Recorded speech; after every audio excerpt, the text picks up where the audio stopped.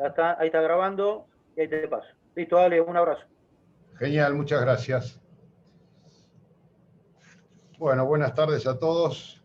¿Se escucha? Buenas tardes, profe, se escucha. Buenas tardes, si se escucha. Muy bien.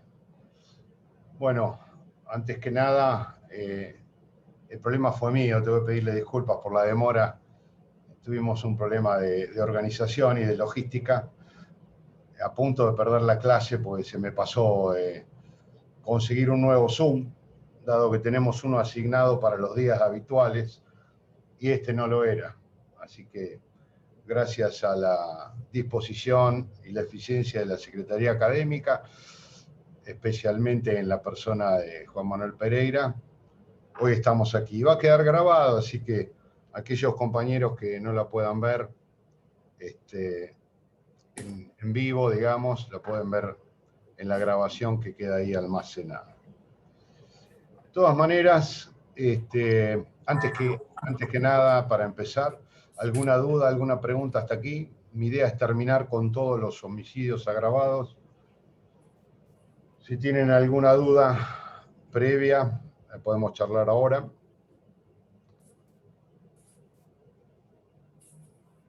¿No? Y si no, sí. Perdón, yo le había hecho una pregunta por el correo del campus, creo. A mí me quedó de una de las plenarias que hay una parte en que, o sea, en el inciso 1, sí, una plenaria bastante antigua, cuando habla del cónyuge, excónyuge, pareja o expareja, que usted había mencionado como que alguna parte de la jurisprudencia consideraba que esas relaciones tenían que ser públicas. En el caso de un adulterio, por ejemplo, capaz no entraría porque no suelen ser públicos, ¿verdad? Sí. No, hablábamos de la publicidad en tanto sea algo conocido por todos, ¿no? Que se considere pareja, no tanto porque vos tenés, por un lado, para mirarlo desde el punto subjetivo. Vos podés creer o tener todo el convencimiento de que estás en pareja y objetivamente o públicamente no estar debidamente reflejado. Y estas son las disquisiciones que tiene una redacción como esta, un tanto confusa, vaga, ambigua, y que presentan ese tipo de dificultades que bien señalás. Es decir, el que mata, habíamos dicho, el que mata a su amante. Fíjate que subjetivamente para él es una pareja porque tiene una relación afectiva, de tiempo, que incluso puede ser notoria para amigos, conocidos, para la otra persona también. Y se presenta la duda, ¿no? ¿Es pareja, no es pareja? ¿Hasta dónde la legalidad de la relación lleva a comprender el término relación de pareja? Y estas son las dificultades que se generan y seguramente va a tener algunos que te la descarten automáticamente precisamente por no tener acreditado todo ese vínculo, como por ejemplo algunos fallos que les he mencionado de la Cámara Nacional de Casación Penal, fundamentalmente, que se remiten al 509 del Código Civil y siguiente, a las uniones convivenciales, incluso hasta con el plazo ahí establecido en el 510. Lo tienen el Código Civil y Comercial, ¿no? ¿Me están escuchando? Sí, profe, lo tenemos. Porque perdí un poco. A ver, ahí está. Porque se pierde esa noción cuando tenemos una redacción un tanto confusa, ¿no? Y decía, la Cámara Nacional de Casación Penal dice, no, la relación de pareja es la del 509. Si vamos al 509 del Código Civil y al 510, esta disposición exige la relación afectiva, pública, notoria, entre dos personas de igual o mismo sexo, etcétera, etcétera, con esas características, e incluso en el artículo siguiente del Código Civil y Comercial, el 510, establece que para que sean válidas tienen que ser superiores a los 2 años. Y la Cámara Nacional de Casación Penal, algunas salas y algunos precedentes que hemos indicado, remiten a ello por decir que es un concepto normativo. Con lo cual, si no se dan todos esos requisitos, no habría relación de pareja. Para la Cámara Nacional de Casación Penal, la nacional, estoy hablando de Capital Federal, en donde, aun cuando tengan esas características, pero falte el tiempo mínimo de 2 años, no lo consideran pareja. Cuando en realidad, desde la otra óptica, puede haber pareja en la medida que existan esas mismas características, aun cuando no se llegue a los 2 años que exige la ley civil. Fíjense ustedes todas las interpretaciones que pueden darse precisamente por la ambigüedad del texto. Y acá con lo que preguntabas correctamente puede darse la misma situación. Algunos te dirán, no, mira, falta el componente de notoriedad. Esto de la notoriedad, lógicamente, calculo que se tratará, o puede haber casos de situaciones ocultas, en donde la notoriedad lógicamente no aparece frente al resto de la sociedad, de una comunidad o una colectividad de personas. Pero por otro lado tenés el aspecto subjetivo, que quien mata sabe que está matando a alguien que tiene una relación, con el cual tiene una relación afectiva, y es considerado como si fuera una pareja, digamos, no lícita, no legal en términos del Código Civil, pero sí desde lo espiritual, desde lo subjetivo. Y ahí vamos a tener interpretaciones para una y para otra manera. Si vos me preguntás a mí en lo personal, yo creo que sí, yo creo que ese es el sentido de la ley. No estoy de acuerdo, pero es una opinión personal, no estoy de acuerdo con aquellos precedentes que remiten normativamente el Código Civil y Comercial y que exigen tantos requisitos, ¿no? Está bien que hay que ser estrictos en la concepción, pero creo que va más por la subjetividad y por el fundamento del agravante. Habíamos dicho que el fundamento del agravante estaba dado no tanto por el vínculo, sino por la mayor facilidad que tiene el autor para cometer ese homicidio. Las mayores posibilidades de éxito que tiene cuando se trata de una relación de pareja. Por el modo, los medios, el lugar, las circunstancias, le es más fácil cometer el delito, se aprovecha de esa situación, y por el otro lado, como decía, la subjetividad, ¿no? De saber que se está matando a alguien con quien se tiene una relación afectiva de esa naturaleza. Es una opinión personal, pero creo que va un poco al fundamento de la agravación. Si ustedes me dicen, no, mire, me parece más lógico el criterio que sigue la Cámara Nacional de Casación Penal, esto se trata de un elemento normativo del tipo, por lo tanto, pareja es aquella que refiere el 509 y 510 del Código Civil, está bien. No vamos a hacer ningún tipo de objeción, al contrario, esto demuestra que hay distintas alternativas y distintas soluciones. Me parece un tanto peligroso en la ley penal poner esta clase de expresiones porque llevan a esta inseguridad jurídica, ¿no? Pero bueno, es una cuestión de política legislativa, de criterio legislativo, y un poco emparentado con lo que íbamos a ver ahora. No sé si fui claro en la respuesta, pero no tenemos la respuesta, porque ya le vuelvo a repetir, esto no es matemático, no es 2 más 2. Es cuestión de interpretación. La interpretación que creo debe hacerse es una que sea coherente. ¿Con qué? Con, por supuesto, el bien jurídico tutelado, con la letra clara del tipo penal cuando así surja, y cuando no surja clara hay que buscar una interpretación que sea coincidente, en este caso con los fundamentos de la agravación por ser una circunstancia que agrava el homicidio. Y creo que los fundamentos están dados en este sentido que he explicado someramente. Pero, vuelvo a repetir, una opinión personal, Hay jurisprudencia que opina todo lo contrario, y muy respetable. Gracias. Yo creo que lo que tenemos que modificar en la medida de lo posible es el lenguaje utilizado, especialmente en la ley penal, porque ustedes saben que en materia civil uno puede llegar, o el intérprete puede llegar a componer una solución de un caso con el resto de las normas que informan el sistema civil, laboral, etcétera, etcétera, que tienen también sus propios principios, ¿no? Pero ahí se permite la integración normativa de la analogía, la utilización de conceptos similares o parecidos en otras disposiciones del mismo texto, con lo cual, digamos que un juez civil tiene mayores herramientas para resolver y mayor amplitud para hacerlo. Pero no olvidemos que el derecho penal parte de la inversa. Es decir, todo lo que no está prohibido está permitido. La prohibición, o mejor dicho, la sanción de la conducta como delictiva es excepcional. Es como que partiéramos de cosas diferentes y a la inversa de lo que sucede con el resto del ordenamiento.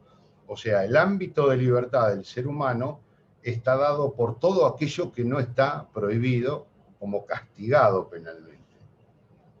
Por eso digo que la interpretación tiene que ser clara, precisa y restrictiva en estos supuestos, cuando además se trata de una circunstancia de agravación.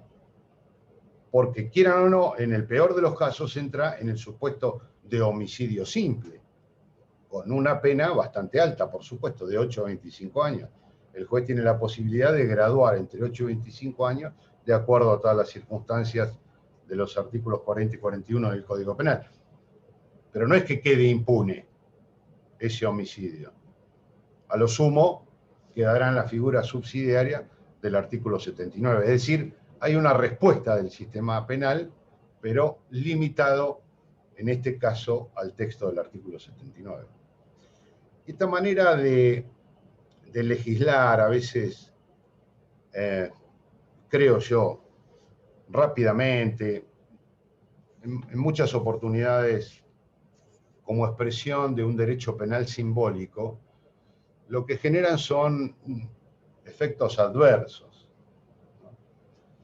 Un poco lo que vamos a tratar ahora al hablar de, rápidamente también, de femicidio, ¿no?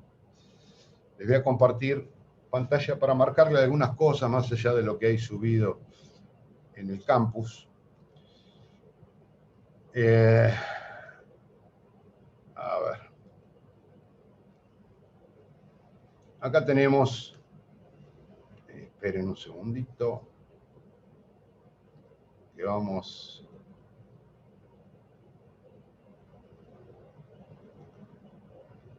por partes. Habíamos visto todo esto, si no me equivoco. Esperen un segundito, por favor. Se me fue.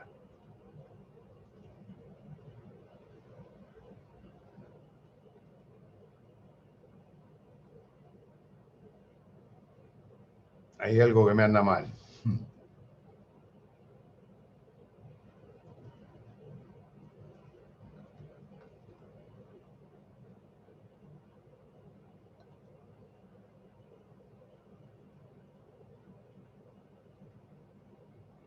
Bueno, no me responde esto, pero igual creo que se ve. ¿Se alcanza a ver?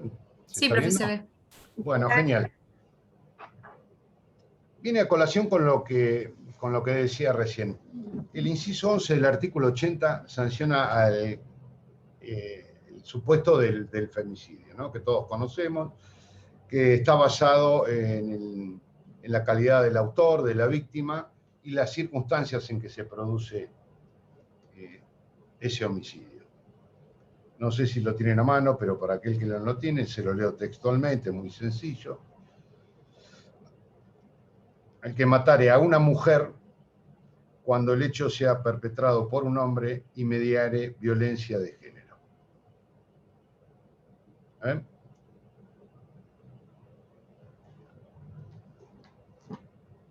Acá nos están marcando varias cosas. En primer lugar, lo obvio, lo lógico, es que hay una muerte, por supuesto.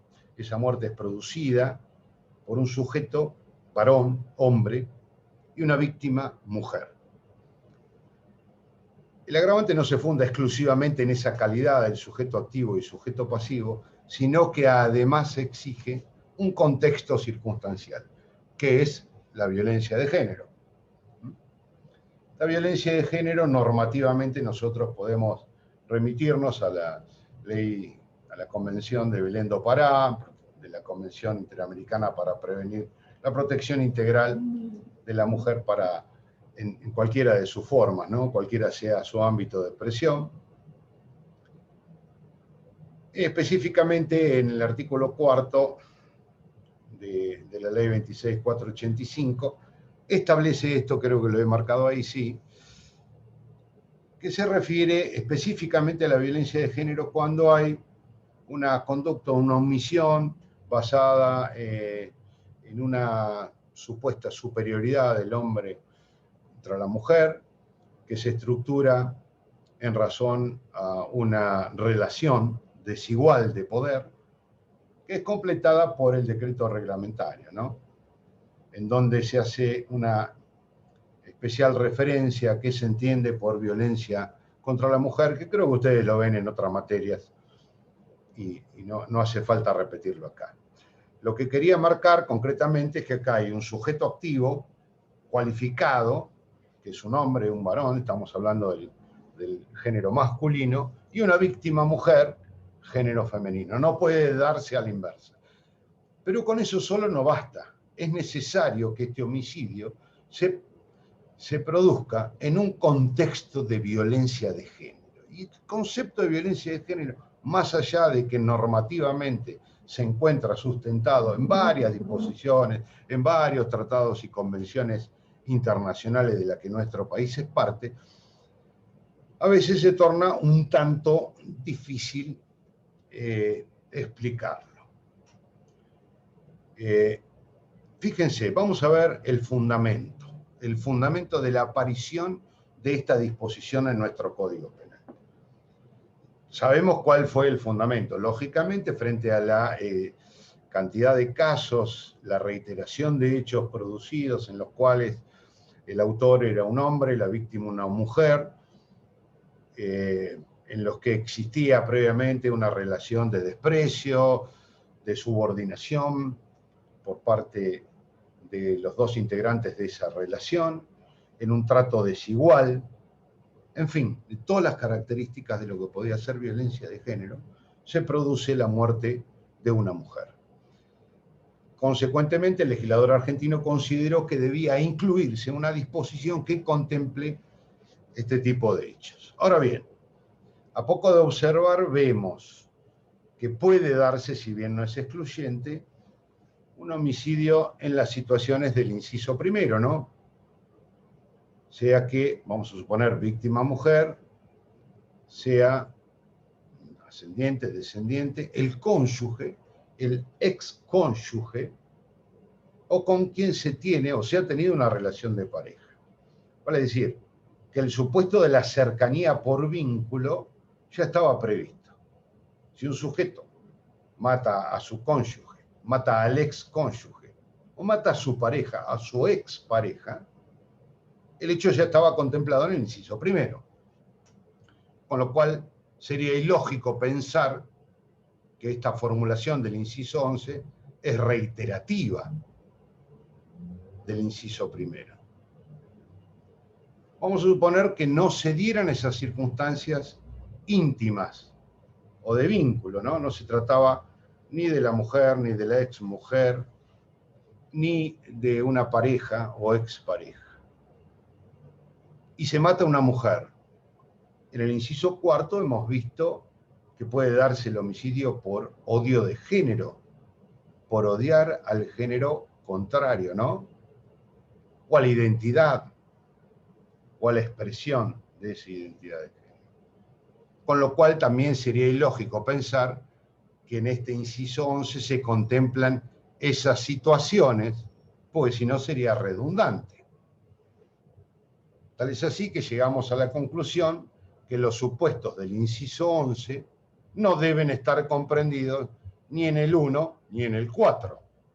Es decir, no se trata, en principio, de supuestos en donde el marido mata a la mujer o a su exmujer o a la pareja o expareja, ni tampoco mata, aun cuando no se dé esa relación, no lo mata por odio de género, ni de orientación sexual, ni identidad o su expresión, porque ya estarían contemplados y quiere decir que el femicidio del inciso 11 contempla otros supuestos no alcanzados ni por el inciso 1 ni por el inciso 4.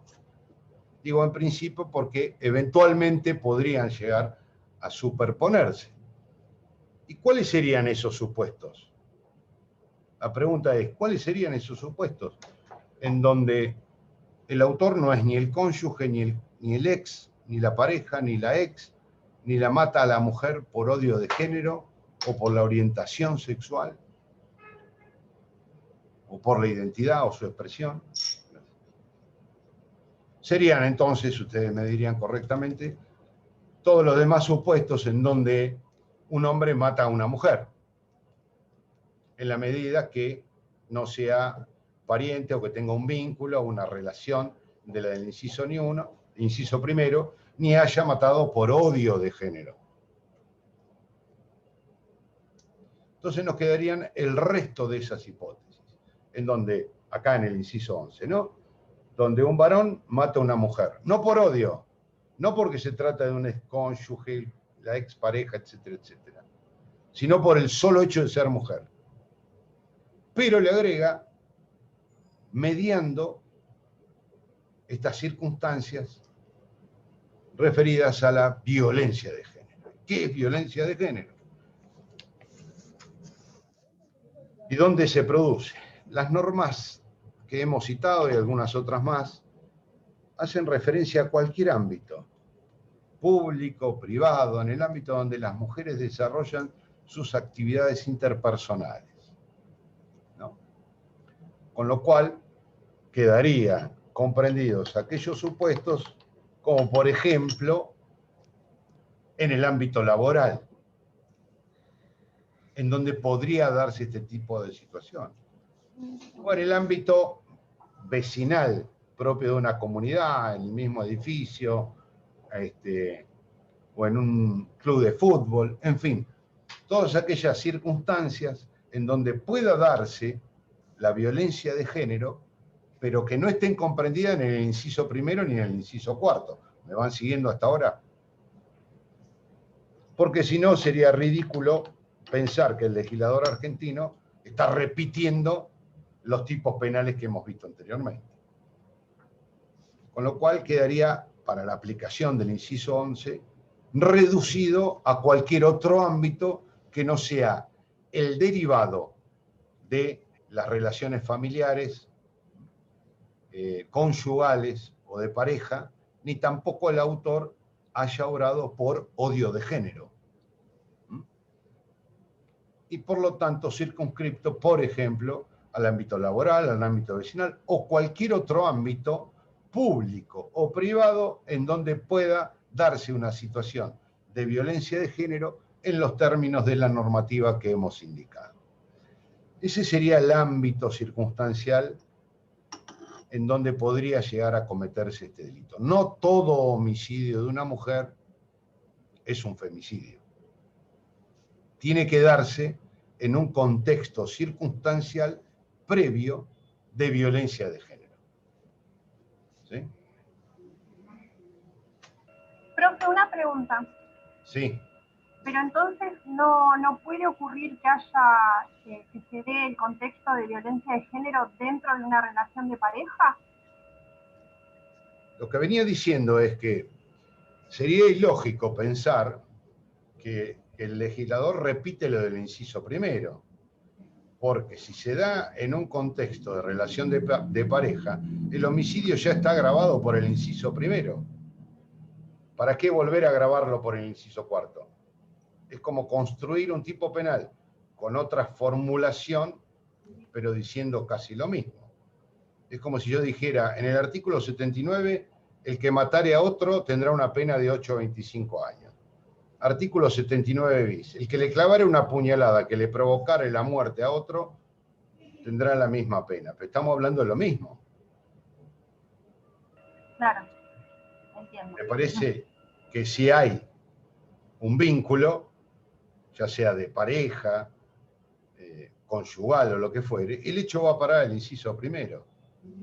Haya o no haya violencia de género.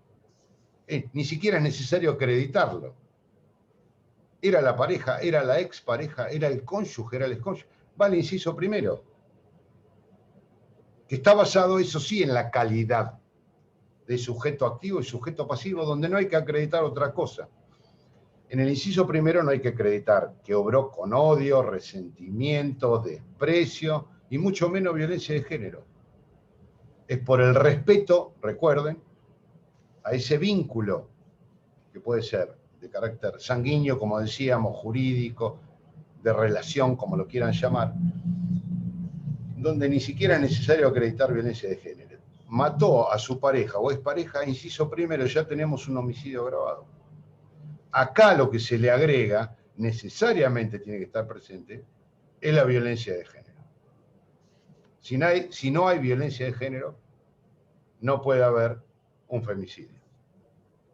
Doctor, ¿tiene que estar acreditada anteriormente la violencia de género? Bueno, ese es uno de los tantos problemas, ¿no? La violencia de género la hemos visto, la han visto ustedes también, desde un punto de vista normativo. Relación desigual de poder, la superioridad del hombre sobre la mujer, la violencia contra la mujer abarca cualquier tipo de violencia física, psíquica, psicológica, económica, patrimonial, porque puede afectar la libertad, la dignidad, etcétera, etcétera.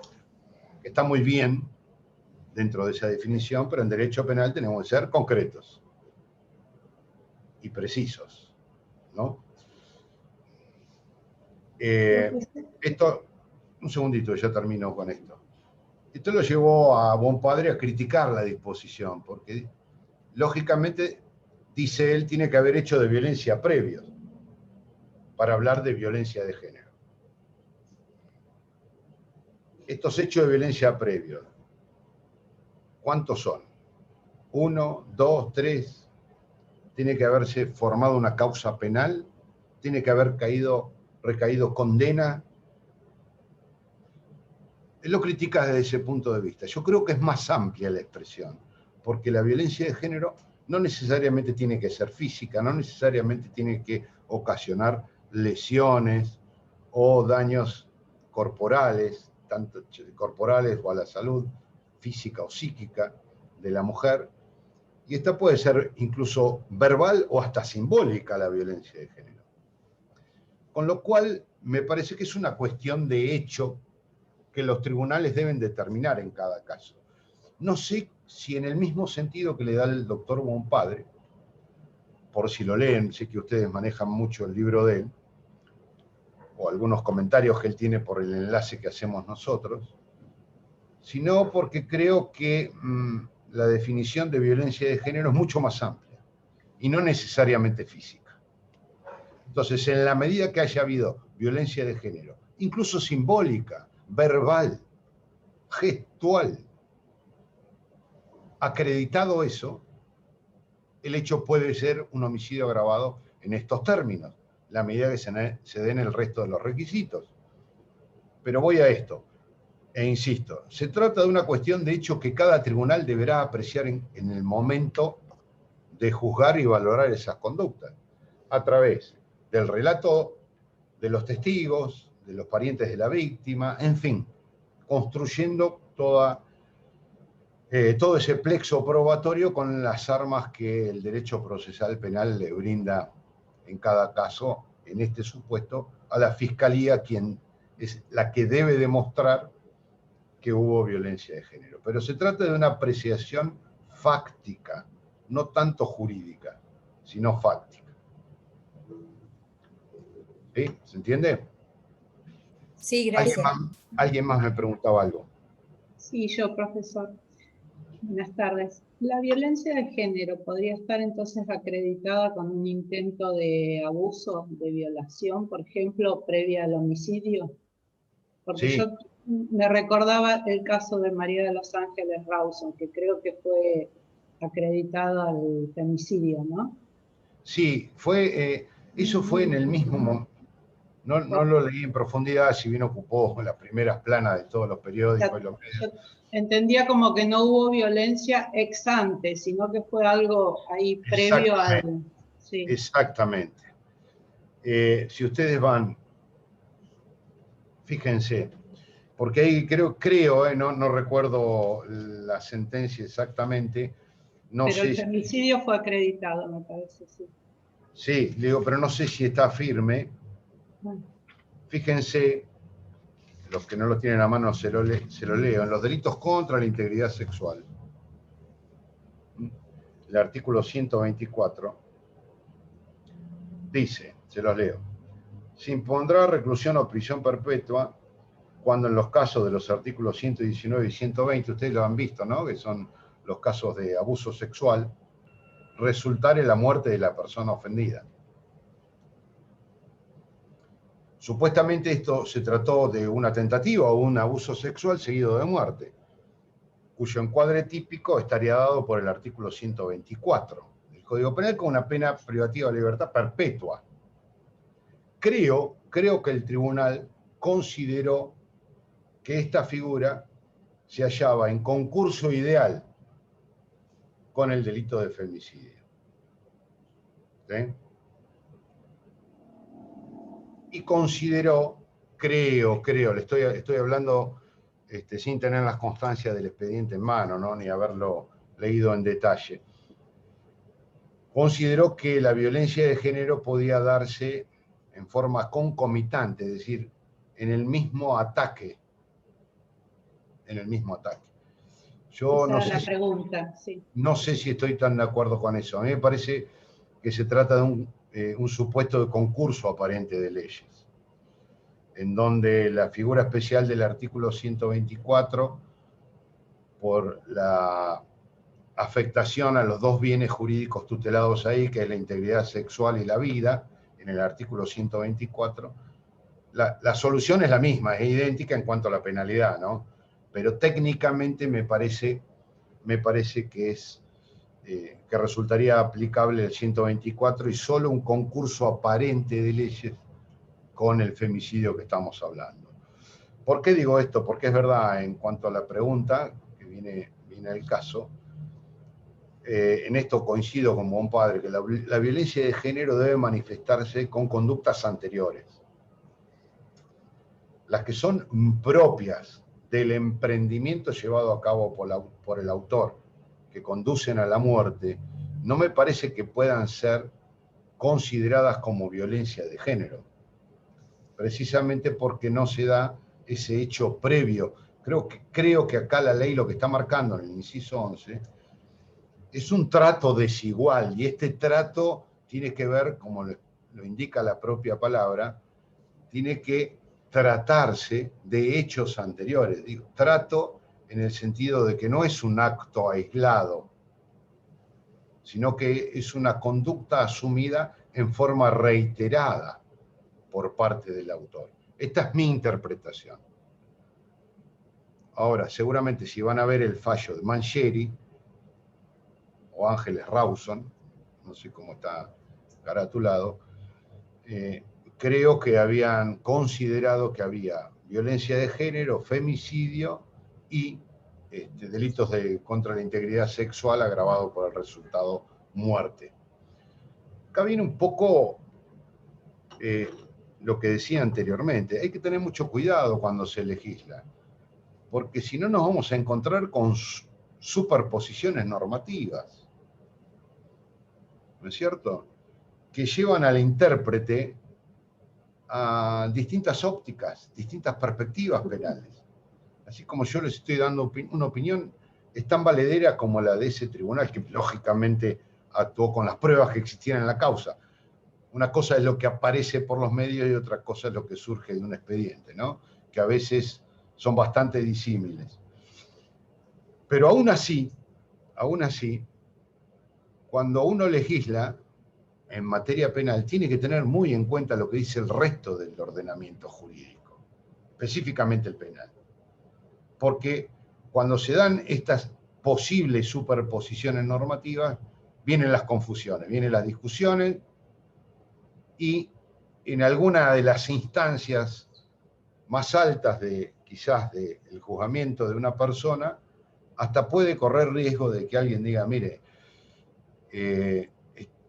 la calificación jurídica no es la correcta, esto ha impedido los derechos de defensa en juicio del sometido a proceso, se anule el procedimiento y haya que volver a hacerlo todo otra vez, con todo lo que implica eso, ¿no? No digo que sea este el caso, el de Mangieri, pero ha sucedido en otros supuestos. No exclusivamente referido al femicidio, sino con otras disposiciones penales que se conjugan con las restantes que existen en el ordenamiento y traen este tipo de confusión. En síntesis, en mi opinión, la violencia de género tiene que ser anterior. Coincide con esto, en esto buen padre. Tiene que ser anterior. Y tiene que darse por un trato basado en la relación desigual de poder. Si estamos hablando de trato, es porque tienen que ser conductas reiteradas. ¿Vale? Cuando saludamos a alguien por la calle no podemos decir que tengo trato con esa persona. Fue un saludo nada más. Pero cuando esto se hace habitual, recíproco, reiterado, ahí hablamos de un trato con otra persona. Hay una interactuación. Y lógicamente, esa interactuación tiene que ser previa. Otra vez lo mismo. ¿Por qué? Porque el autor aprovecha esas circunstancias, esa colocación, el haberse colocado en una relación de superioridad, que es lo que facilita el homicidio. Que se dé en el mismo momento, en principio, yo creo que no. La violencia de género, a mi modo de ver, tiene que ser anterior y tiene que haber existido revelada a través de un trato de esta naturaleza en los términos que consagra la Convención de Belén do Pará, la CEDAW y la normativa argentina que así la reconoce. Muchas gracias, profesor. No, por nada. El segundo de los problemas está dado por a quién debemos considerar varón y mujer, hombre y mujer. Fundamentalmente como víctima, ¿no? En el caso de la mujer. ¿De qué estamos hablando? Tenemos la ley de identidad, ¿no es cierto? La 26743, de identidad de género,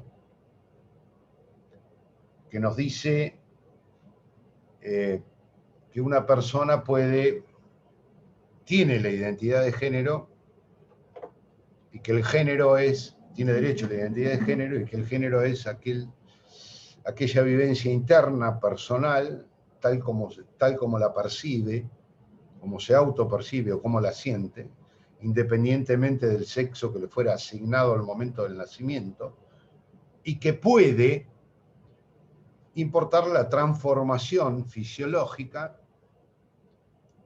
de alguna de sus partes a través de métodos quirúrgicos o de otra naturaleza, ¿no? Incluso el derecho a que las partidas registrales sean modificadas en ese sentido. Se trata de una elección sexual más que una asignación. El problema se va a presentar cuando un hombre, biológicamente hablando, mata a alguien que es un hombre biológico, pero que se autopercibe como mujer. Como por ejemplo, podría suceder en el caso de travestis, que también se habla de transvesticidio. ¿Estamos en presencia de este agravante o no? ¿Cuál es el concepto de mujer? ¿El biológico o el normativo, el que surge de la ley de identidad de género? La gran pregunta. Y acá, nuevamente, la doctrina y la jurisprudencia tienen opiniones divergentes. Lo personal coincido con buen padre en que él señala que los términos deben ser interpretados biológicamente, porque no por un capricho interpretativo, sino porque considera que la violencia de género está hecha en favor de la mujer biológicamente hablando. Solo puede hablarse de violencia de género cuando la víctima es una mujer en términos biológicos. Esa relación desigual de poder o de superioridad, supuesta superioridad del hombre para la mujer, fue hecha en términos biológicos, fue pensada biológicamente. Que luego haya cambiado la normativa en cuanto a la consideración de esas personas como tales en su elección para otorgarle otros derechos, nada cambia los términos de la previsión legal del femicidio, dado que violencia de género, dice él, solo puede entenderse como violencia de género a la mujer biológicamente hablando. Coincido con ello, pero no es una opinión unánime, al contrario, la mayoría de la jurisprudencia se inclina por adoptar el concepto normativo. Entonces, en el ejemplo que yo les di, cuando un varón mata a un hombre biológicamente hablando, pero que ha optado por una identidad de género femenino, lo ha considerado la jurisprudencia como un caso de femicidio, en la medida que haya habido violencia de género también. O en los supuestos de personas travestidas. Y a esta objeción de que la violencia de género solo es a favor de una mujer en términos biológicos, ellos dicen que la violencia de género, estos fallos y estos autores, dicen que la violencia de género es un concepto cultural. Por lo tanto, bien puede suceder que alguien haya nacido varón, pero que culturalmente estos criterios o conductas estereotipadas hayan hecho que se considere una mujer como tal y haya asumido culturalmente la forma, estoy hablando en términos culturales, de equiparación a una mujer. Y a la inversa, en el caso del autor, ¿no? Cuando el autor es una mujer, biológicamente hablando, pero que ha optado por una identidad de género masculino. Y en la medida que, siendo un concepto o una construcción cultural, este sujeto adoptó esas prácticas socioculturales estereotipadas de varón, bien pueden ser alcanzados estos dos extremos por esta relación de violencia de género y por lo tanto ser pasible de la aplicación del artículo 80, inciso 11 del Código Penal. Otros autores y alguna jurisprudencia también ha distinguido, no creo que sea lo correcto, pero ha distinguido cuando la víctima es un varón biológicamente hablando, que se autopercibe como mujer, su primer supuesto, y el segundo supuesto cuando la víctima es un varón biológicamente hablando que ha optado por la identidad de género femenina y se ha registrado como tal, ha hecho toda la registración, los trámites necesarios para obtener la declaración administrativa, llamémosle, de mujer.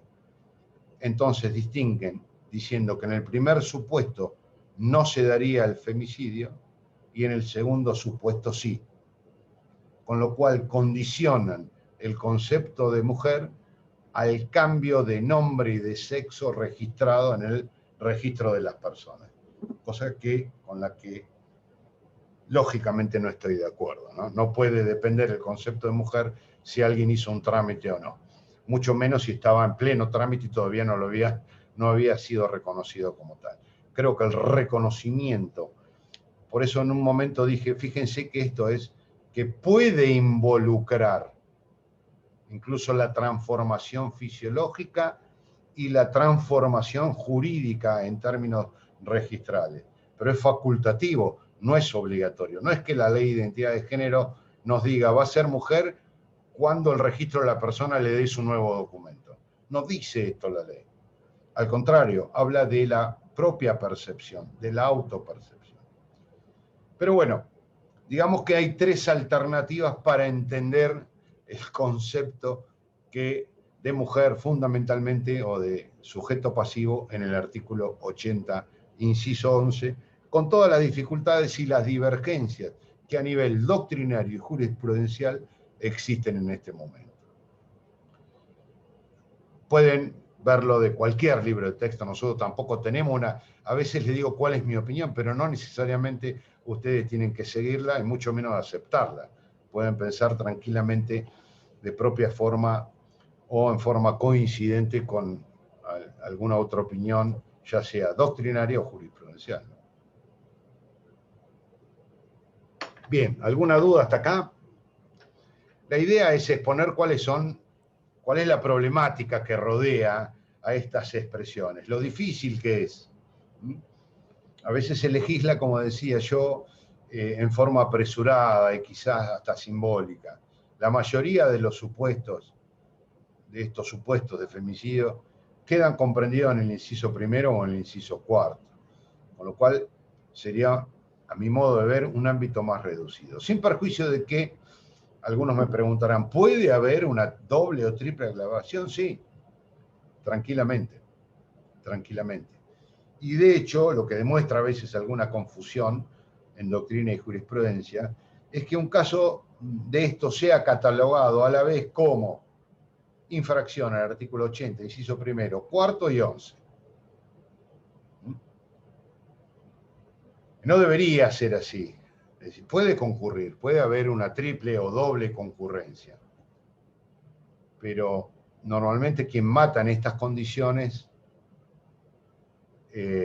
automáticamente es llevado al inciso primero, por lo que por lo general se dan en ese tipo de contexto circunstancial, de carácter vincular o íntimo, o cuando ya hay un odio, ¿no?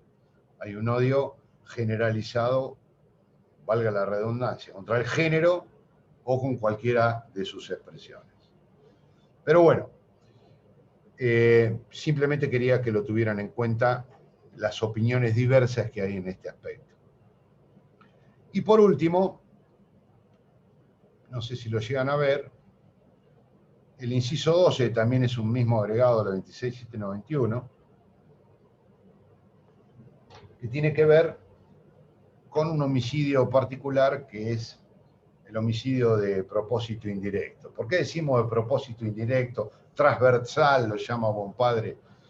Porque en realidad acá el sujeto mata para causarle un sufrimiento a alguna de las personas del inciso primero, es decir, con el cual tiene una relación de las que detalla el inciso primero de este mismo articulado 80.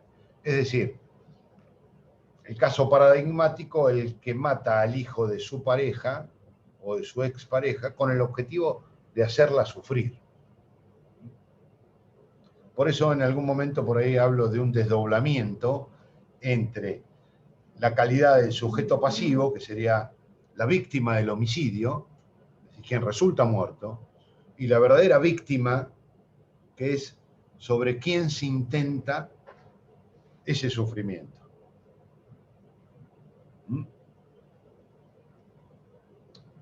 No se los leí, perdón, si alguno no lo tiene a mano. El inciso 12 dice, al que matare con el propósito de causar sufrimiento a una persona con la que se mantiene o ha mantenido una relación en los términos del inciso primero. Es muy clarito. Acá se habla de un propósito que debe guiar la finalidad del autor. O sea, se mata a una persona, pero para hacer sufrir a otra. Exactamente. Mato a un tercero con el objetivo de hacer sufrir a alguien muy cercano a mí, o que fue muy cercano, es decir, a mi cónyuge, excónyuge, pareja o expareja, ascendiente o descendiente, en fin, a todos los que están mencionados en el inciso primero. Por eso decía que el ejemplo paradigmático es el caso de matar al hijo de mi expareja, pero con el objetivo, no por cualquier motivo, no por cualquier razón, con el objetivo, mi propósito es que ella sufra la muerte de ese ser querido, o ha llegado a ella también. ¿Se entiende? Por eso hablamos de una ultraintencionalidad que está marcando el elemento subjetivo del tipo en este caso de carácter volitivo, ultrafinal, lo que me indica dos cosas. En primer lugar, que este delito solo puede ser cometido con dolo directo. Si bien son elementos subjetivos del tipo distintos del dolo, me marca que el dolo únicamente es compatible con el llamado dolo directo. Lógicamente, ¿por qué? Porque hay un propósito. Persigo un objetivo, una finalidad. Recuerden, cada vez que en un tipo penal vemos la expresión el que para, o el que con el propósito de, o el que con la finalidad de, ahí me está saltando una alerta, me está diciendo, cuidado, que hay un elemento subjetivo del tipo distinto del dolo, no tiene nada que ver con el dolo. ¿Lo condiciona? Sí, ¿por qué? Porque me está diciendo solo dolo directo. Y además me está diciendo otra cosa ese elemento subjetivo, que no es necesario que consiga el resultado pretendido para que el tipo penal quede perfeccionado. Me explico un poco más. Mato a esa persona con el objetivo de que una de las del inciso primero, cercana a mí, vamos a suponer mi excónyuge, sufra la muerte de esa persona. Y puede ser que le sea completamente indiferente, porque tiempo atrás estaban enemistados a muerte.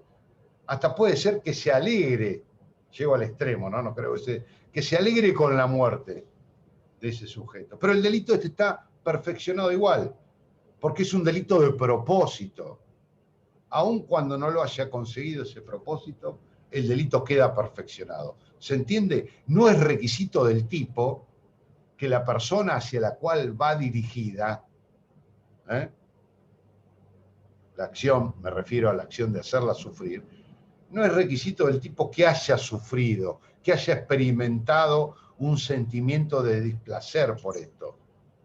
Basta con que yo haya actuado con esa intención. Por eso se lo llama delito de propósito o delito de intención. Lo importante es lo que yo, como autor, pensaba y pretendía, independientemente que lo haya logrado o no. Quizás nadie sufrió, pero el delito este queda perfeccionado igual porque yo emprendí la acción mortal con aquella idea, con aquella finalidad, de hacerlo sufrir. Doctor, ¿está bien decir que es un delito de resultado formal? Depende cómo veamos la formalidad. Yo creo que no, es un delito de lesión o de resultado, si ustedes quieren llamar, porque, reitero, todos los homicidios agravados tienen que seguir el mismo lineamiento que el homicidio simple. O sea, participa de las mismas características que cualquier homicidio. Por lo tanto, siendo un delito de lesión o de resultado, es un delito que se va a consumar con la muerte. Con la muerte de aquella persona a quien yo como autor le quito la vida. Al igual que si fuera cualquier homicidio. Es un delito que se consuma en ese mismo momento. Por eso digo, es independiente de que la verdadera víctima hacia quien iba dirigida la acción para hacerla sufrir, haya experimentado sufrimiento o no. Participa de las mismas características que un homicidio simple. Es, por lo tanto, un delito de lesión o de resultado que se consuma en el mismo momento de la muerte del sujeto pasivo, que admite la tentativa, y todas las mismas características que vimos cuando analizamos el artículo 79. No es formal en el sentido que se le puede dar de aquellos delitos formales que se consuman con la realización de la acción, en donde la acción y el resultado coinciden temporalmente, donde no hay una unidad extensiva temporal distinta entre el momento de acción y el momento de consumación. Si hablamos de los delitos formales, hablamos de aquellos delitos de mera actividad, en donde se exige muchísimo menos y por lo general son de peligro abstracto, no requieren de ningún resultado. Acá sí, acá hablamos de un resultado que es la muerte de una persona. Desde ese punto de vista, porque también depende del lenguaje que se utilice, desde ese punto de vista, entendido como afectación al objeto de protección o al bien jurídico tutelado, es un delito de resultado, no formal o de mera actividad. Requiere un resultado, que es la muerte. Lo que no requiere es que haya sufrido la verdadera víctima. Lo importante es el propósito que tiene el autor. Por eso está basado también en una fuerte subjetividad esta estructura típica. Y sanciona a aquel que mata a otro, pero con la idea, la finalidad y el propósito de hacer sufrir a un tercero con el cual se tiene o se ha tenido una relación de pareja o una relación conyugal. Profe, una pregunta. El sujeto al que se intenta hacer sufrir... Lo escucho con mucha reverberancia. Ay, perdón, que me anda medio mal la computadora. ¿Ahí me escucha? No, con mucho eco, no sé si todos se escuchan igual o soy solo yo. Sí, se escucha No, con no, eco. somos todos. Sí, se escucha mal. Entonces es un problema de salida de micrófono, de audio. Bueno. Pregunto rápido entonces, a ver si escucha. Si no, por el chat. Bien. Si no, por el chat. Mientras, después volvemos, no hay problema. Terminamos con esto. Recuerdan que había circunstancias extraordinarias de atenuación, ¿no es cierto?, para los casos del inciso primero. Vale decir, en aquellas relaciones familiares, interpersonales, el legislador argentino dijo, bueno, por lo general son complejas en lo que es ordinario, pero cuando existiesen algunas circunstancias que salieran de lo común, que fueran extraordinarias, le damos la posibilidad al juez de reducir la pena. En vez de aplicar una pena perpetua, vamos a aplicar la pena del homicidio simple, de 8 a 25 años. Y por eso elaboró en el artículo 80, inciso infine, el primer párrafo. Tradicionalmente existió en el Código Penal, y dice, cuando en el caso del inciso primero, solo y exclusivamente para los casos de parricidio, homicidio vincular, etcétera, etcétera, cuando en los casos del inciso primero de este artículo mediaren circunstancias extraordinarias de atenuación, el juez podrá aplicar prisión o reclusión de 8 a 25 años. Esto lo habíamos visto, que era facultativo para el juez, lo dice la ley, y estas circunstancias debían ser apreciadas también en base a valoraciones de todos los antecedentes familiares, de cómo estaba conformada la familia, la relación, qué había sucedido, qué había pasado por la historia de esas personas que terminaron de esta manera, y cuando un juez o tribunal encontrara alguna circunstancia que saliera de lo común, que fuera extraordinario, como por ejemplo malos tratos continuos por parte del padre hacia el hijo, torturas, vejaciones, en fin, a lo largo del tiempo, lógicamente no excusaba el homicidio, pero le daba la herramienta a un juez de decir, bueno, mire, fue sometido a tanta presión por tanto tiempo este sujeto que al final terminó matando al padre, no se justifica ni mucho menos, pero en vez de aplicar prisión perpetua, vamos a aplicar una pena como si fuera de un homicidio simple de 8 a 25 años. Y hasta ahí no había mayores inconvenientes.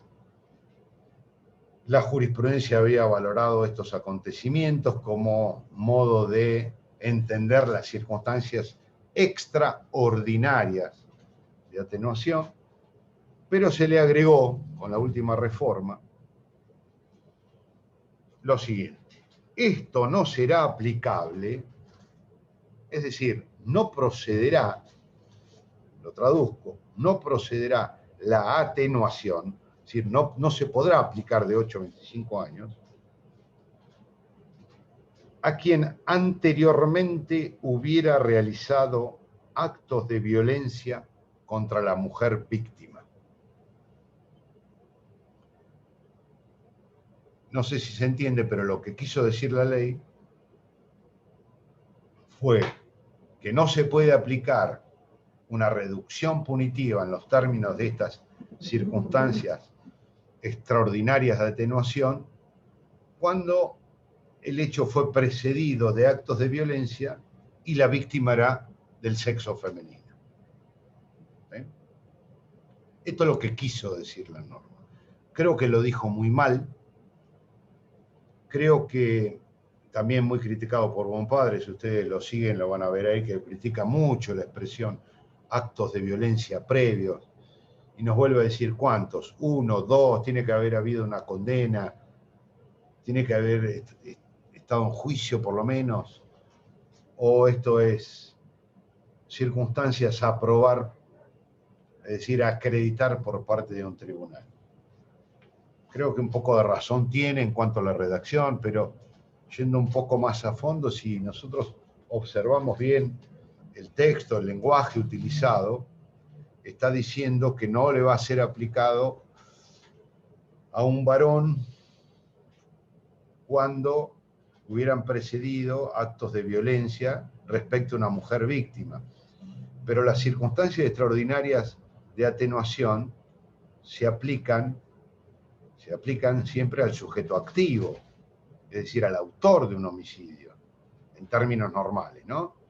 El que mata a su padre, por ejemplo, puede tener circunstancias extraordinarias de atenuación si tuvo estos padecimientos previos, pero desde la perspectiva del sujeto activo. Esto me está diciendo que el sujeto activo acá es un hombre que mata a la mujer, a una mujer. No se le van a aplicar las circunstancias extraordinarias de atenuación, con lo cual estaríamos presumiendo que la mujer era quien tenía actos de estilo torturas, malos tratos. Es como si se invirtiera la relación entre hombre y mujer. Entonces, ¿quién era el que realizaba los actos de violencia previa? ¿La mujer o el hombre? Me parece que está muy mal redactado, se presta confusiones, aunque lo que quiso decir, sin lugar a la duda, el legislador penal argentino fue que no vamos a aplicar las circunstancias extraordinarias de atenuación cuando el autor es un hombre, la víctima es una mujer y hubo actos de violencia previos sobre la mujer. Esto, así como está redactado, no hacía falta ni siquiera decirlo, porque jamás podrían haberse dado actos que pudieran ser considerados como circunstancias extraordinarias de atenuación. Pero bueno. No sé si ya... ¿Puedo hacer una pregunta? Sí, un segundito que en el chat aparece la pregunta, no la veo. Acá está, a ver. Un segundito, ¿eh? Esperen que dejo de compartir.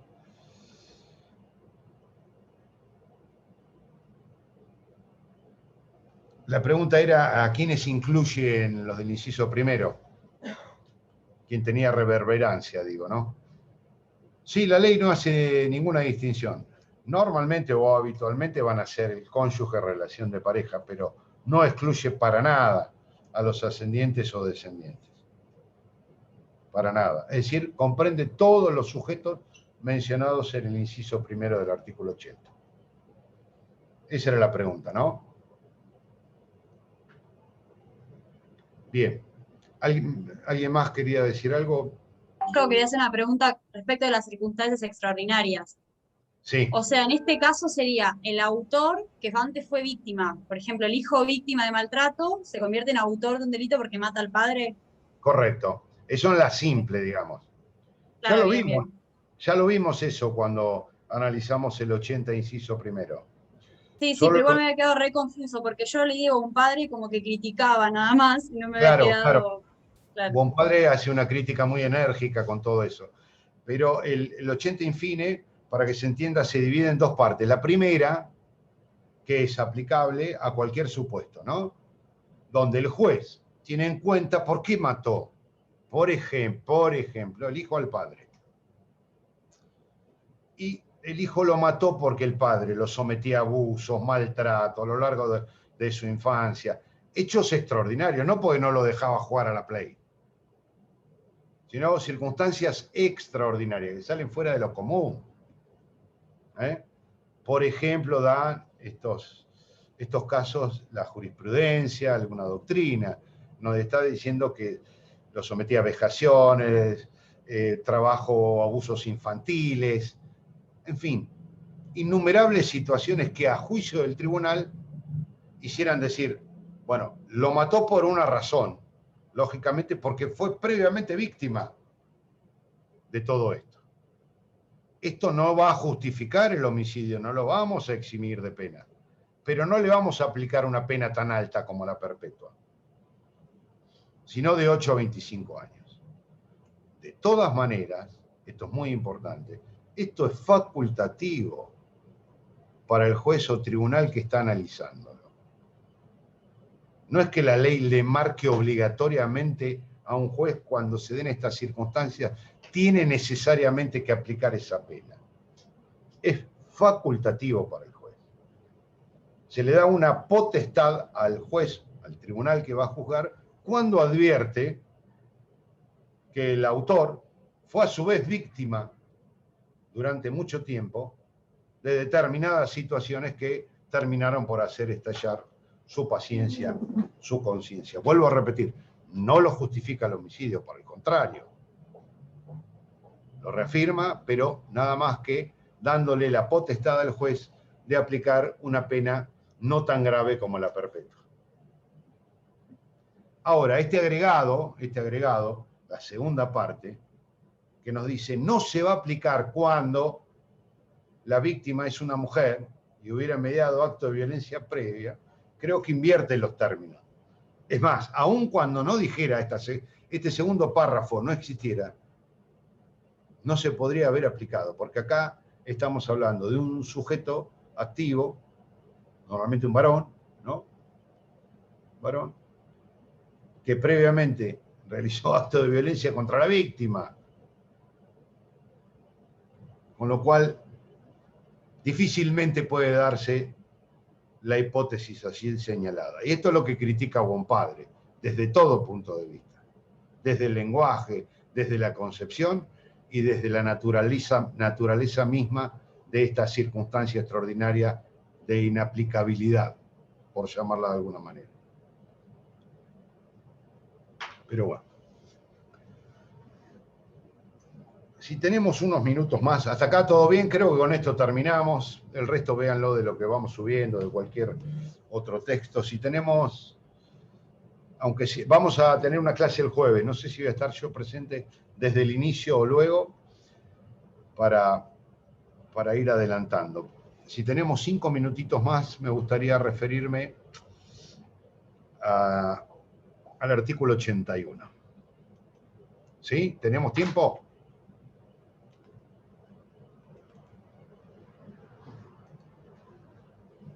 Sí, profe, mientras no se 15 corte. minutos.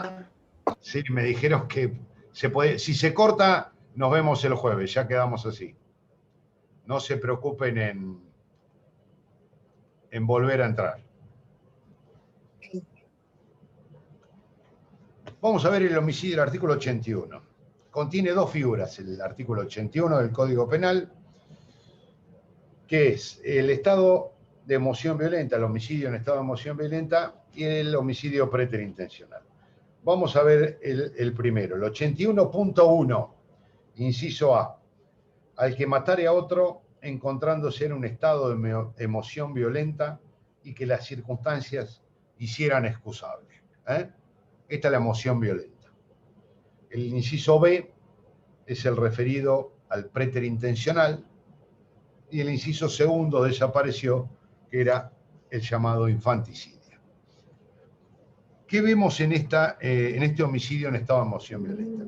En primer lugar, vamos a ver un poco, ahí le pongo los antecedentes, para que tengan una idea también de lo discutido que fue todo esto, ¿no? De lo complicado que es legislar, reconozco, este tipo de supuestos, en donde se trata de encontrar un modo justo de legislar por las circunstancias previas en que se pueden suceder a un homicidio y un verdadero fundamento.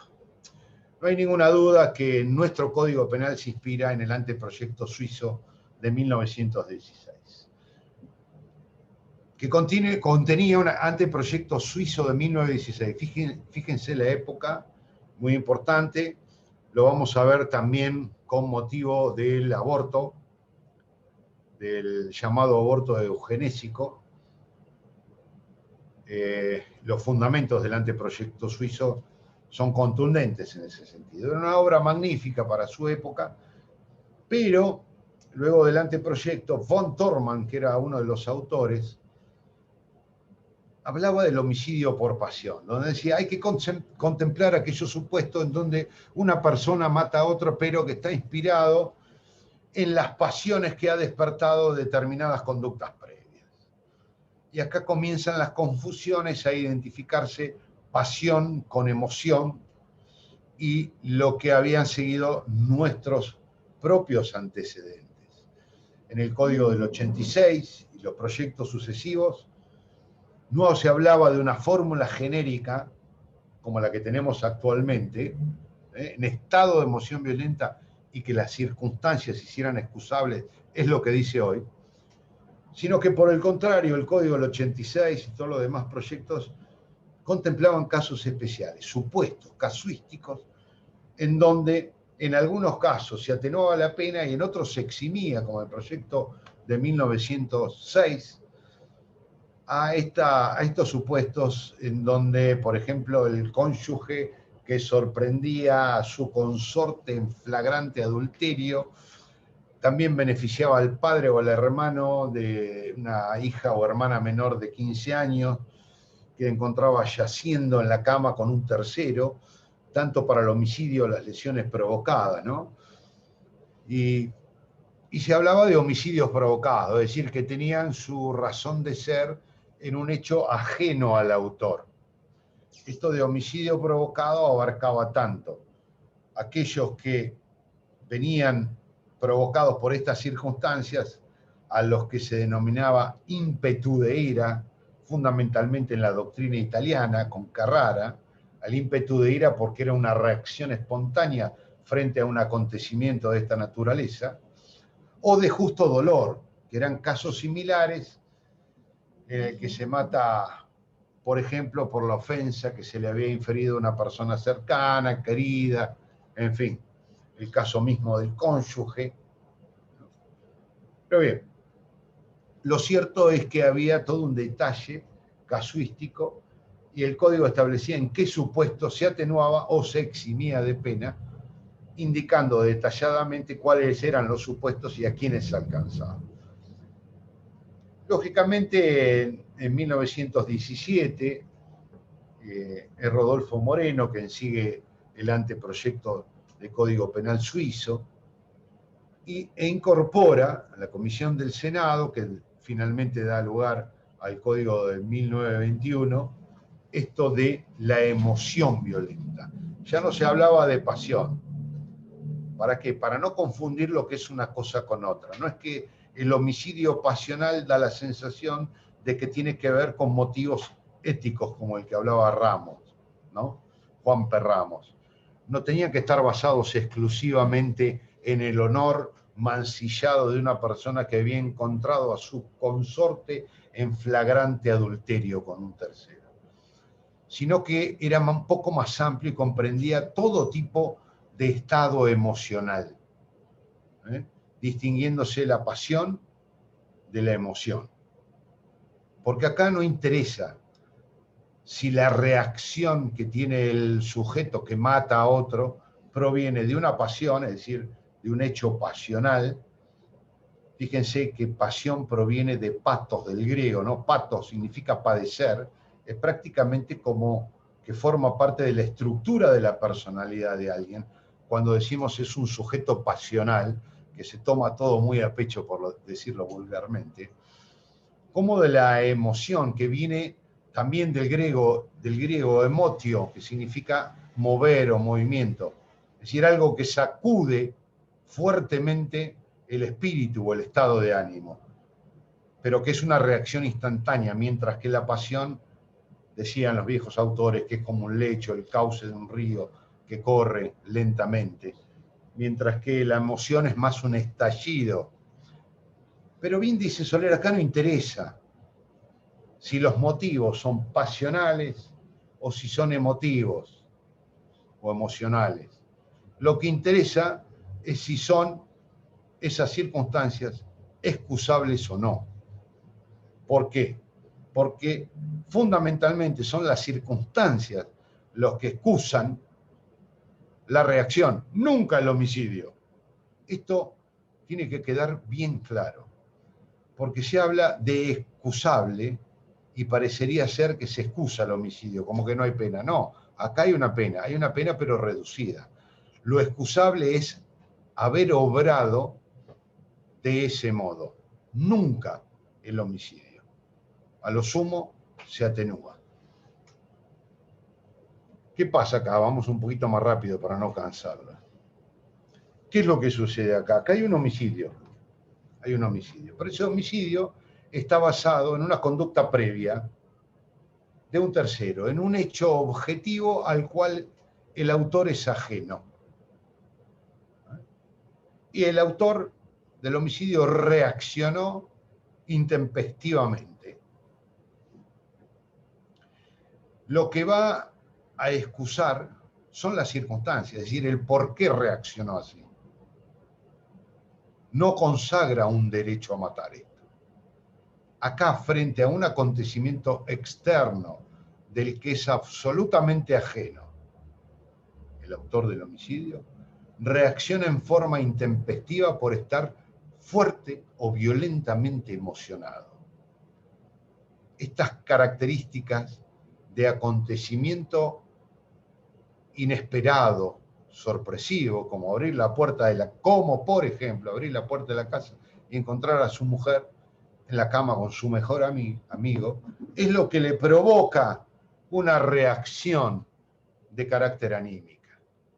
Le hace perder los frenos, lo que se llama el control de los frenos inhibitorios. No hay una capacidad de reflexión pura, hay una mengua en la capacidad de reflexión por parte del autor. Reacciona impulsivamente. Lo que debemos preguntarnos es, ¿esa reacción es excusable? Es decir, ¿estuvo justificada? Y acá donde debemos aplicar un criterio de razonabilidad y de proporcionalidad, en donde cualquiera o la mayoría de las personas hubiera reaccionado de la misma manera, en forma intempestiva, alocada, sin reflexión, sin pensar, sin tener en cuenta las consecuencias. Actúa alocadamente. ¿Por qué? Porque se le han bloqueado los mecanismos que instituyen los frenos inhibitorios. Hay una convulsión de ánimo que provoca un estado de emoción que debe ser violenta.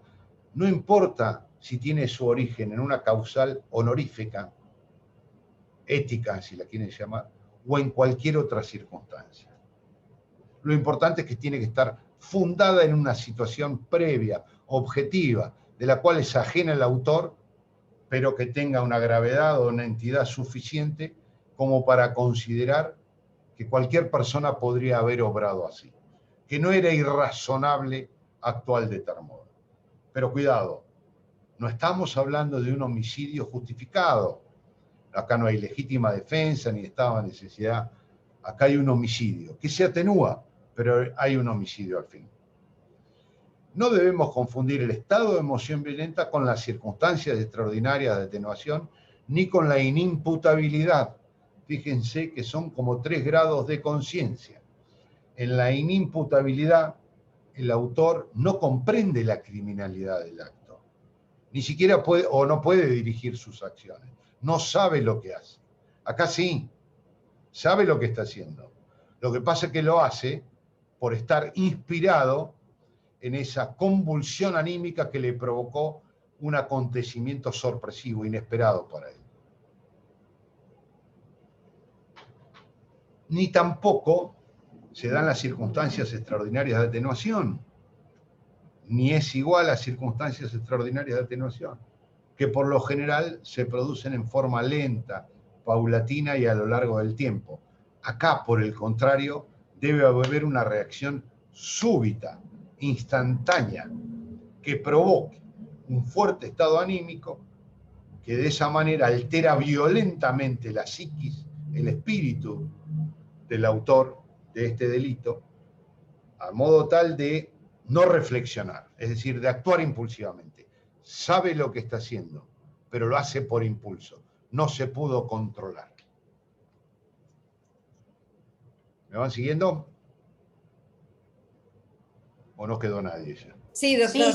Sí, Ay, profe, sí. sé que estaba hablando solo, se había cortado.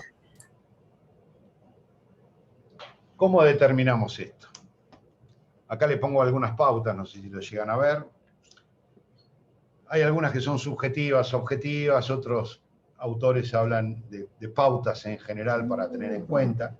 Lo cierto es que debe haber un estado emocional, por eso se llaman estado de emoción, pero no solo eso, sino violenta. La emoción tiene que ser violenta.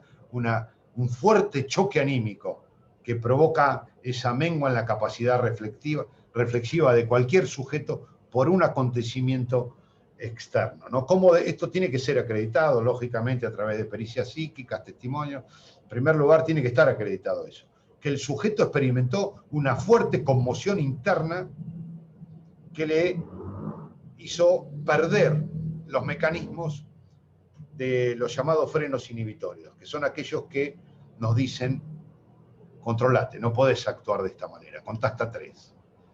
En ese caso, incluso tiene una explicación de carácter fisiológico que pasa por el cerebro, no viene al caso hablar de esto, pero que se comprueba, digamos, médicamente, ¿no? Por ahí se menciona el temperamento. Cuidado con esto. No es que se trate de un sujeto que es fácilmente emocionable. Puede serlo, pero esto no es lo decisivo a los fines de determinar si estamos dentro de este atenuante. Lo que tiene que quedar claro es que la ley no acuerda privilegio a sujetos que son fácilmente mutables en cólera, como dices, accesibles a la cólera o a la reacción inmediata. No es que en todos los casos se justifique eso y se atenúe la pena del homicidio por esto. No. Y lo dice claramente Soler y creo que lo puse por ahí. La ley no es un homenaje al simple hecho de estar emocionado, conmovido o agitado. Lo que atenúa es simplemente la consideración jurídica, agrego, de esas circunstancias. Hay que medir la reacción del ser humano con relación a las circunstancias que rodearon al hecho previo. ¿Qué hay que tener en cuenta que puede suceder también desde este punto subjetivo? El conocimiento previo de la situación. Por eso decía hoy, valga la redundancia aquí, que la emoción violenta únicamente se va a excusar o justificar cuando exista una representación mental súbita, repentina, inesperada. Y se aclara que debe haber una subitánea presentación de lo inesperado, muy bien dicho por Soler, que es incompatible con el conocimiento previo. Por ejemplo, si yo tengo conocimiento de la infidelidad de mi cónyuge, después no tengo derecho a emocionarme si la veo en la cama con un tercero. Si yo ya sabía todo esto. Es incompatible ese estado de emoción violenta con el conocimiento previo de la situación. ¿Se entiende? Por eso se descartan aquellos supuestos en donde el homicidio luego es planeado, planificado. Vi a mi cónyuge con mi mejor amigo, me emociono, eso me perturba psicológicamente, y a partir de ahí planifico un homicidio inventando o organizando, mejor dicho, una cena, colocando veneno en la comida de ellos. El cálculo, la frialdad, la complejidad de esta operación homicida normalmente es incompatible con un estado de emoción violenta, por más que las circunstancias sean ajenas al autor y en aquel momento lo haya emocionado violentamente. La emoción debe ser violenta en el mismo momento o en el momento anterior, inmediato anterior al hecho del homicidio. Debe haber una unidad temporoespacial, diría yo, en donde confluye la emoción y la reacción que da lugar al homicidio. Entre las pautas objetivas, me adelanté un poco, está acá el intervalo de tiempo entre la causa objetiva desencadenante y la comisión del hecho. Esto quiere decir que no basta la emoción violenta, la descarga emotiva debe coincidir con la ejecución. Mientras ejecuta el hecho, el autor tiene que estar emocionado violentamente, en ese instante, en ese mismo momento, el momento inmediato anterior. Por eso, esta figura es incompatible con una premeditación del homicidio. No tiene que haber discontinuidad temporal entre la acción que dio lugar a la emoción y la reacción homicida. Normalmente quien mata en un estado de emoción violenta, mata en el momento que advierte, que se da cuenta, que se sorprende, es instantánea la reacción. Por eso es incompatible con un cálculo frío y premeditado de un homicidio posterior. ¿Se entiende? Lo que se tiene, pero estos son pautas, cuidado que son pautas, puede haber excepciones, como en el caso de los medios empleados, también lo señalo. Nuevamente Soler nos habla de un torpe automatismo, es un indicio. ¿Qué pasa en los casos de homicidio en estado de emoción violenta?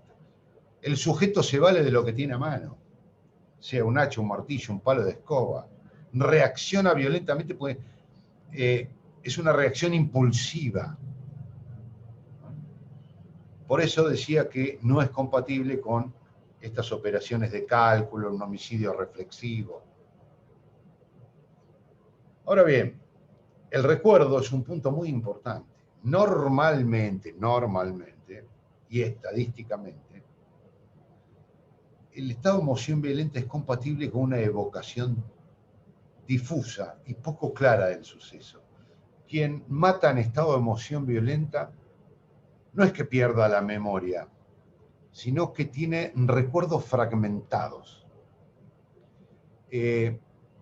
Por eso se habla de islotes mnésicos, es decir, como pedacitos de una película completamente desordenada. Es un indicio que sirve para determinar si realmente obró en un estado de emoción violenta. Es muy difícil que alguien que haya actuado en un estado de emoción violenta tenga un recuerdo, una evocación detallada y precisa de todo lo que sucedió. Por lo general, el recuerdo de él será confuso, desordenado y con muchos vacíos. Pero es simplemente una pauta y de carácter subjetiva que puede servir de indicio para acreditar este estado de emoción violenta. Y otro punto o pauta a tener en cuenta son las pautas socioculturales, ¿no?, que se deben analizar con relación al sujeto y a la comunidad en la que vive o se rodea.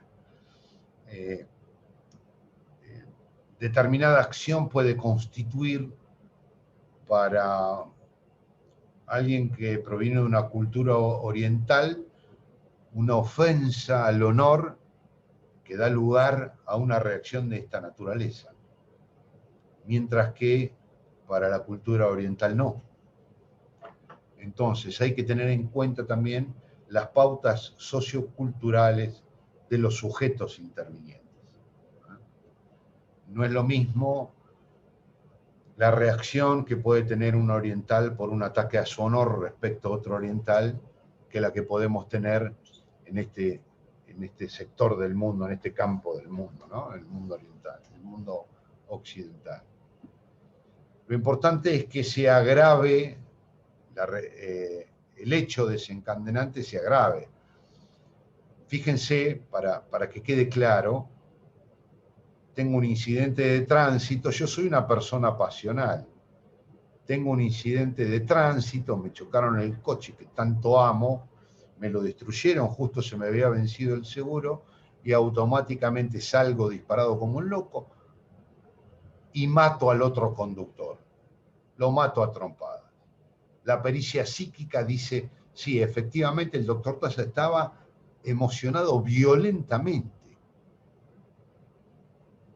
estaba bajo los efectos de una emoción violenta. Que lo dejó comprender el acto, pero actuó impulsivamente, en forma inmediata.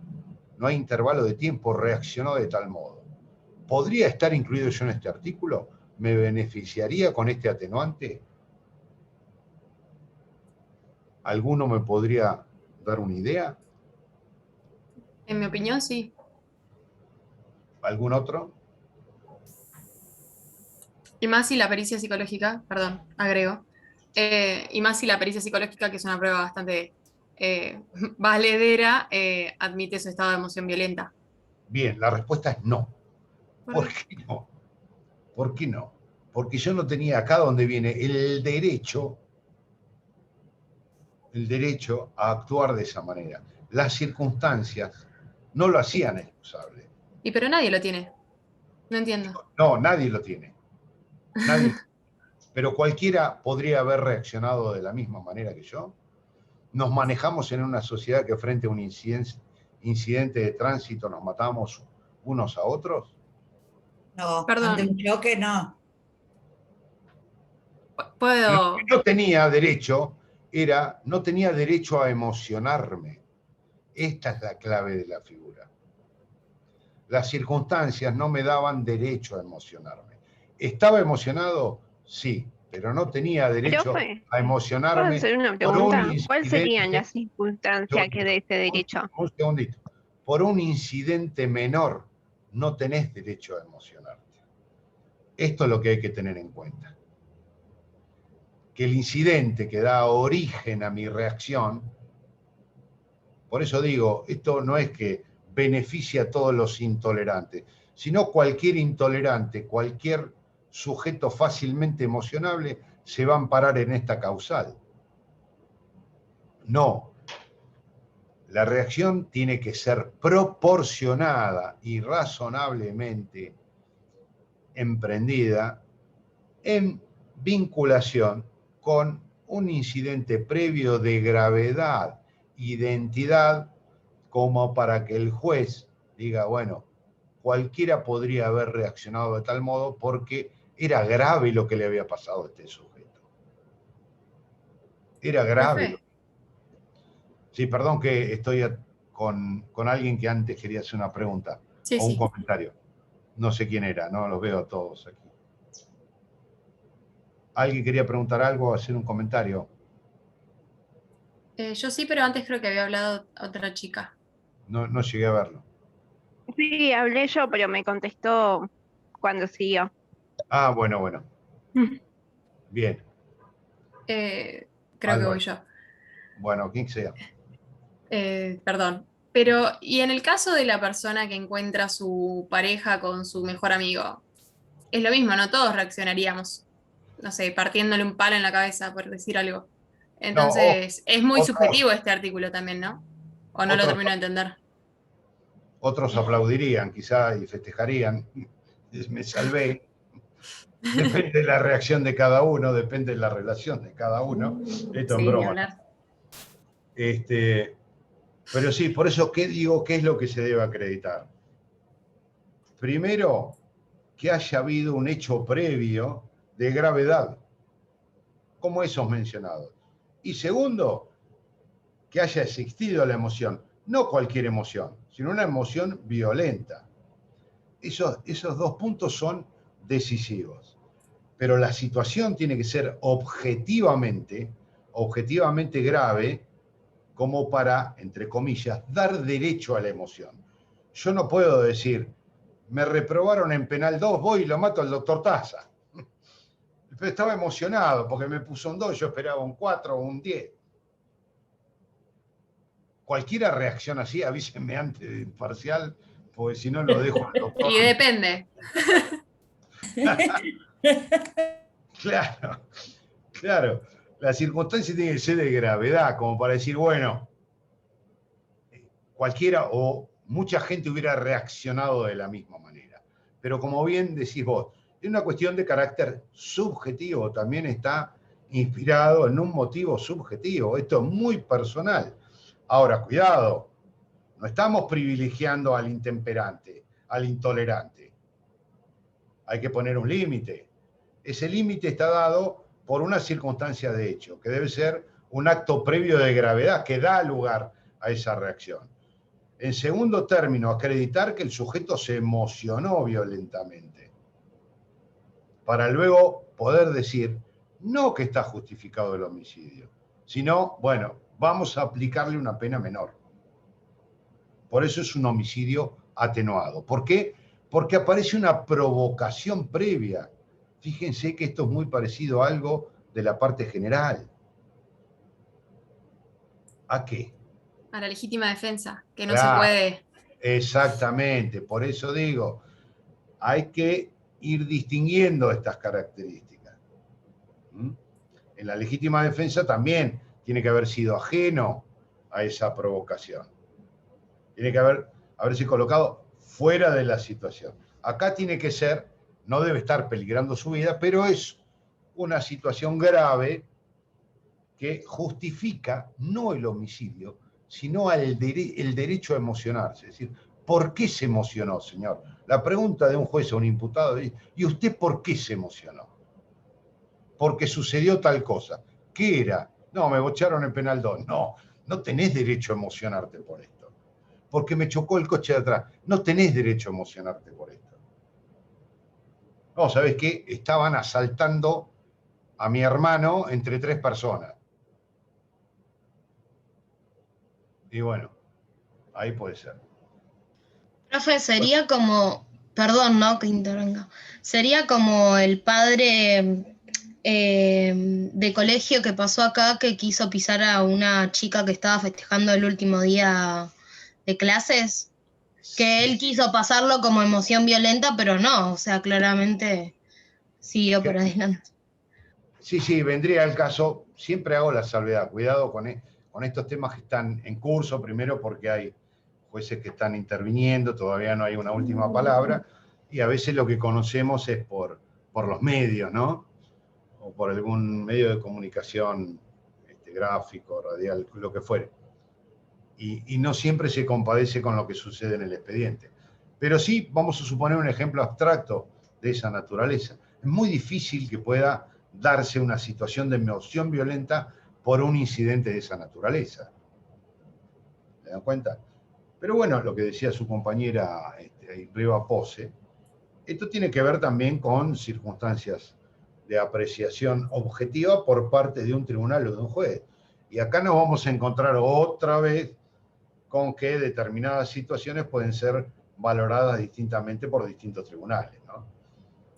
Pero bueno, por ahí tenemos. Entonces, quiero que quede claro, perdón la insistencia, un acto objetivo, un hecho objetivo, que es el acto previo, el que da lugar a la, entre comillas, provocación, ¿no? Es decir, el que da lugar a la reacción. Y en segundo lugar, acreditar que obró emocionado violentamente. Pero no toda actuación en estado de emoción violenta atenúa el homicidio, sino solo en aquellos casos en que el sujeto, por las circunstancias, tenía derecho a emocionarse. Es decir, cualquiera hubiera reaccionado de forma similar. Sí. Yo otra vez, perdón. ¿Está bien? Y en relación a lo que dijo Rocío y el ejemplo que habíamos dado de la persona que se enoja y lo mata a golpes por lo del auto. Un defensor sí podría usar esto estratégicamente como para ver si se disminuye la pena, ¿verdad? O sea, de ahí a que lo pruebe, bueno, vemos. Es otro del otro lado, me decís vos. Claro. Del lado, sí, claro, correcto. Podría ser, siempre hablando en ejemplo abstracto, ¿no? No quiero meterme... Y en cosas lógicas tampoco, cualquier cosa. Sí, no digo en abstracto porque no me quiero meter en causas que están en pleno trámite, están sometidas a la consideración de los jueces, y en donde a veces en el expediente puede haber otras cosas que desconocemos. Pero sí es perfectamente válido tu ejemplo. Ahí creo yo, en lo personal, que si alguien reacciona de esa manera frente a un familiar, es lo que en algún momento del paper poníamos las ofensas inferidas a alguien querido, ¿no? Como en este caso podría ser. Sí, perfectamente podría darse. No justifica el homicidio, pero podría llegar a atenuarlo. Bueno, son casi las 7, no se cortó por suerte. Igual esto queda grabado. Mi idea era llegar un poquito más, pero estamos todos un poco cansados. Creo que ya se han retirado bastantes también, así que si les parece bien, Doctor, ¿podría pasar a la siguiente? Ay, se cortó. Ah, no, No. le iba a pedir que pase a la siguiente diapositiva para sacarle captura. ¿A la qué? A la siguiente diapositiva para sacarle captura, que venía en la quinta, sí. No la llevo en orden, ¿eh? Bueno, venía homicidios preintencionales. Preterintencional.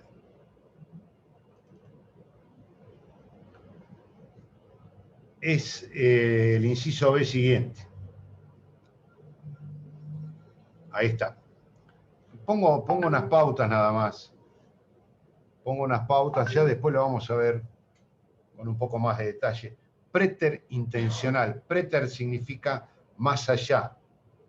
Intencional, intención, lógicamente, ¿no? Es el homicidio que va más allá de la intención. ¿Por qué? Porque el propósito del autor es causar un daño en el cuerpo o en la salud de la víctima.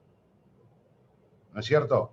Pero se produce como resultado de un homicidio, a pesar de que el medio que empleó el autor para ocasionar el daño en el cuerpo o en la salud no debía razonablemente provocarlo. Es decir, la intención del autor es lesionar, lastimar a otro, pero se produce un resultado muerte. No querida, por eso es preterintencional, porque va más allá de la intención el resultado.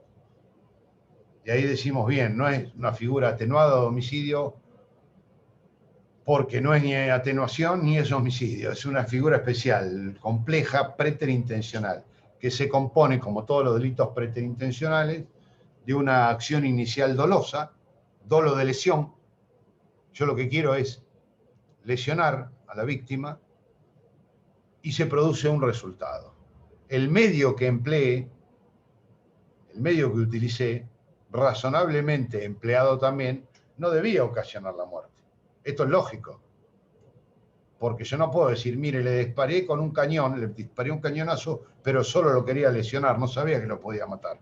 No, usted emplea un medio que normalmente conduce a la muerte de otro si le tira a esa distancia, o con un arma o lo que fuere.